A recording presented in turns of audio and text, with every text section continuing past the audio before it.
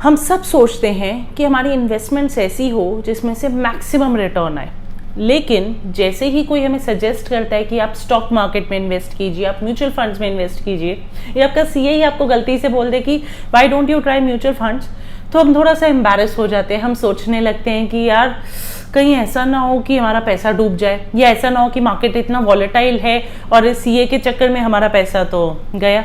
लेकिन अगर मैं आपको कहूँ कि थोड़ी सी समझदारी, थोड़ी सी एनालिसिस और थोड़ी सी नॉलेज के साथ अगर आप उन्हीं म्यूचुअल फंड्स में इन्वेस्ट करें तो आपको नहीं करके 10 से 15% का मिनिमम रिटर्न आ सकता है। I am not guaranteeing anything, but yes I can promise you कि अगर आप अपना एनालिसिस को यूज करें और आपका टाइमिंग करेक्ट हो तो mutual funds can give you a very good sharp return on your investments as compare to FDs या अपने पीपीएफ या कोई भी देसी नुस्खे जो हम सोचते हैं इन्वेस्टमेंट्स के लिए। जानना चाहते हैं क्या है म्यूचुअल फंड्स और कैसे आपको इन्वेस्ट करना चाहिए, क्या चीजें आपको दिमाग में रखनी चाहिए इन्वेस्टमेंट करते वक्त, प्लीज आज का वीडियो जरूर देखिएगा।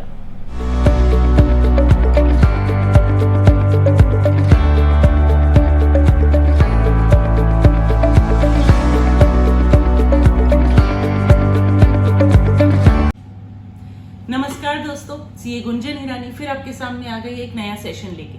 और आज का टॉपिक है म्यूचुअल फंड्स, और इसमें हम ज्यादा नहीं पर बहुत ही बेसिक एलिमेंट्स को टच करेंगे, जिससे आपको ये पता चले कि आपको कुछ बेसिक बातों का ख्याल रखना होता है अपने म्यूचुअल फंड इन्वेस्टमेंट की जर्नी में।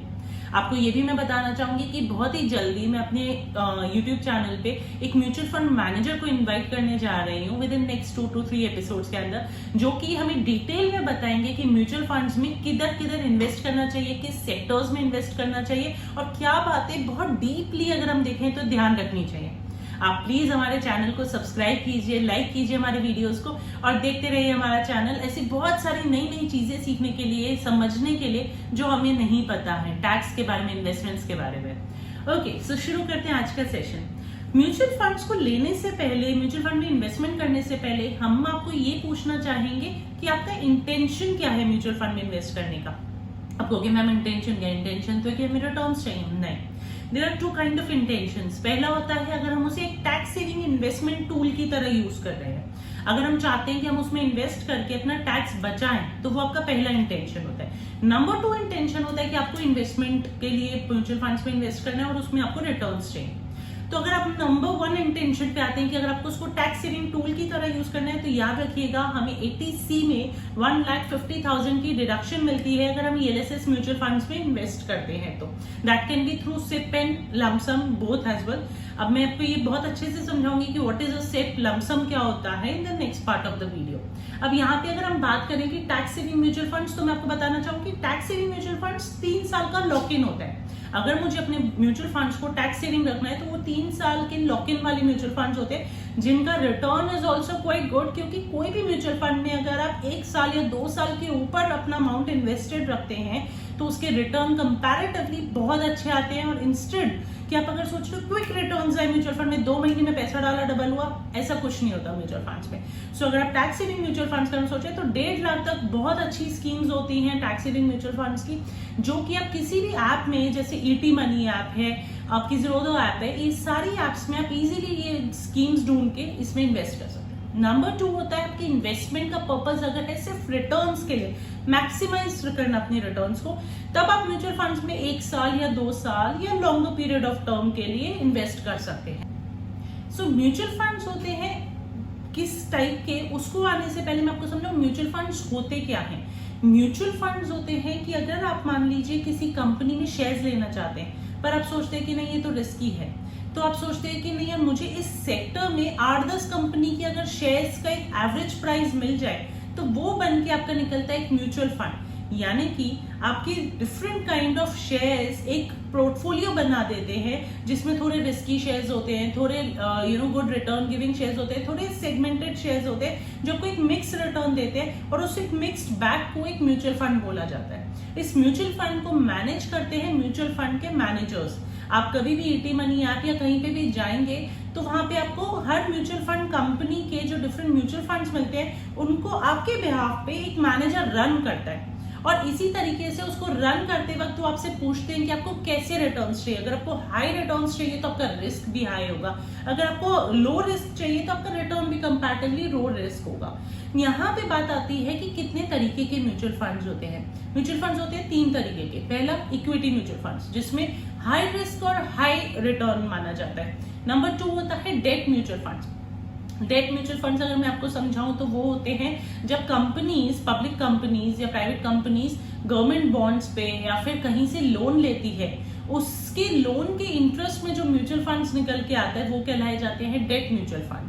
अब ये डेट म्यूचुअल फंड्स को हमेशा लो रिस्क माना जाता है क्योंकि इनके रिटर्न्स भी कंपैरेटिवली लेसर होते हैं और इनका मार्केट इतना वॉलेटाइल नहीं होता है।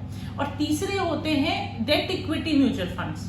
डेट इक्विटी म्यूचुअल फंड्स होते हैं जो एक मिक्सचर होता है डेट म्यूचुअल फंड्स और इक्विटी म्यूचुअल फंड्स का। इन दोनों को मिला के आपको एक पोर्टफोलियो बना के दे दिया जाता है जिसको बोला जाता है डेट इक्विटी म्यूचुअल फंड्स। तीसरा पॉइंट जो आज हम डिस्कस करने जा रहे हैं कि आपको लमसम और एसआईपी का डिफरेंस बताने के लिए। आप सब जानते होंगे कि घर में हमारी गृहिणियां, हाउसवाइफ्स, जब उनको मंथली खर्चा मिलता है, उनके हस्बैंड उनको मंथली खर्चा देते हैं, मान लीजिए 10,000 रुपए महीना दिया, तो वो उसमें से 9,000 तो खर्च करेंगी पर 1,000 रुपए निकाल के अपने गुल्लक में डाल देंगी अलग से सेव करने के लिए।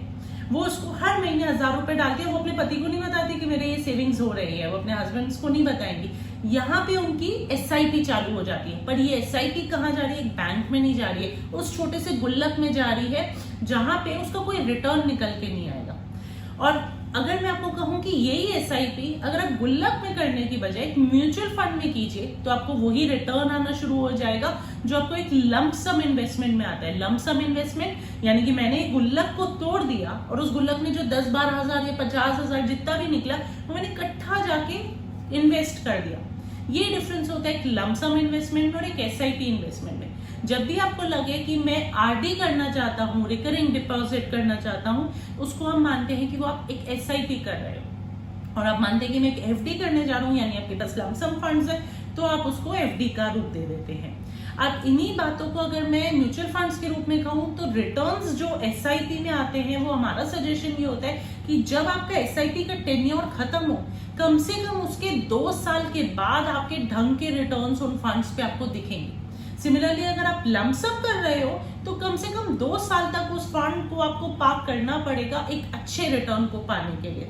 तो म्यूचुअल फंड का मतलब होता है कभी कोई हरी मत कीजिए। आप ये कभी नहीं सोचिए कि आपका एक म्यूचुअल फंड आपने लाख रुपए डाला और 2 महीने के अंदर उस पर 26% रिटर्न आ जाएगा और वो 1,26,000 बन जाएगा। Not like that. अगर आप उसको 2-3 साल पकने दोगे, रिझने दोगे अच्छे से, तो वो आपको बेस्ट रिटर्न देगा। नंबर 4, मैं कुछ ऐसे पॉइंट्स निकालने वाली हूँ यहाँ पे जो हम कंसिडर करने चाहिए हमें एक म्यूचुअल फंड में इन्वेस्टमेंट करने से पहले। नंबर 1 है एक्सपेंस रेशियो। हमारा एक्सपेंस रेशियो बहुत कम होना चाहिए। एक्सपेंस रेशियो होते हैं जो म्यूचुअल फंड मैनेजर्स आपसे चार्ज करते हैं, म्यूचुअल फंड कंपनीज आपसे चार्ज करती है उस म्यूचुअल फंड को मैनेज करने के लिए। यानी कि मैं जब भी अगर आप म्यूचुअल फंड कंपनी में म्यूचुअल फंड्स लेती हूँ उस टाइम पे वो एक्सपेंस रेशियो डिसाइड करता है मेरे पास रिटर्न कितना आ रहा है। कुछ कंपनीज, कुछ mutual fund companies 0.4%, 0.12%, 0.8% expense ratio charge करके। At the same time some companies charge expense ratio 1.12%, 1.30%, और यही आपके रिटर्न को कम या ज्यादा कर सकता है। तो जरूर दिमाग में रखा कीजिए कि जब भी आप एक म्यूचुअल फंड में इन्वेस्ट करें तो उसका एक्सपेंस रेशियो लीस्ट हो या एक average expense ratio higher side पे ना हो। नंबर 2, आप पास्ट परफॉर्मेंस पे रिलाई मत कीजिए। म्यूचुअल फंड्स में अगर इन्वेस्ट करना है तो ये सोच के मत रिलाई कीजिए कि भाई पिछला परफॉर्मेंस 25% है या 35% है तो फ्यूचर भी मेरा वैसा ही होगा। आप हमेशा मार्केट को एनालाइज कीजिए। आप ये देखिए कि वो म्यूचुअल फंड के शेयर्स, जो म्यूचुअल फंड का बैग है, उसके जो शेयर्स है वो किस सेक्टर में खरीदे हुए हैं, वो सेक्टर की पोजीशन क्या है आज की इकोनॉमी में। वो ऑटोमोबाइल सेक्टर है, वो रिटेल सेक्टर है, वो कौन सा ऐसा सेक्टर है जिसमें आपके म्यूचुअल फंड इन्वेस्टमेंट के शेयर्स डले हुए हैं, और वही आपका डिसाइड करेगा कि आपका रिटर्न कैसा आएगा। हम बहुत ही जल्दी एक बहुत ही एक्सपर्ट, इस फील्ड में जो एक्सपर्ट है म्यूचुअल फंड मैनेजर, उनको लाने वाले हैं अपने वीडियो यूट्यूब चैनल पे आपके सामने आपकी सारी क्वेरीज के समाधान के लिए। तो मेरी आपसे एक छोटी सी रिक्वेस्ट है, आपकी जितनी भी क्वेरीज है म्यूचुअल फंड से रिलेटेड, इन डेप्थ क्वेरीज अगर कोई है तो कमेंट बॉक्स में जरूर लिखिएगा एंड लेट अस नो कि आप कौन सी ऐसी बातें हैं जो जानना चाहते हैं हमारे through. We hope that you liked our today's video and we'll be coming back new video very soon. Thank you so much.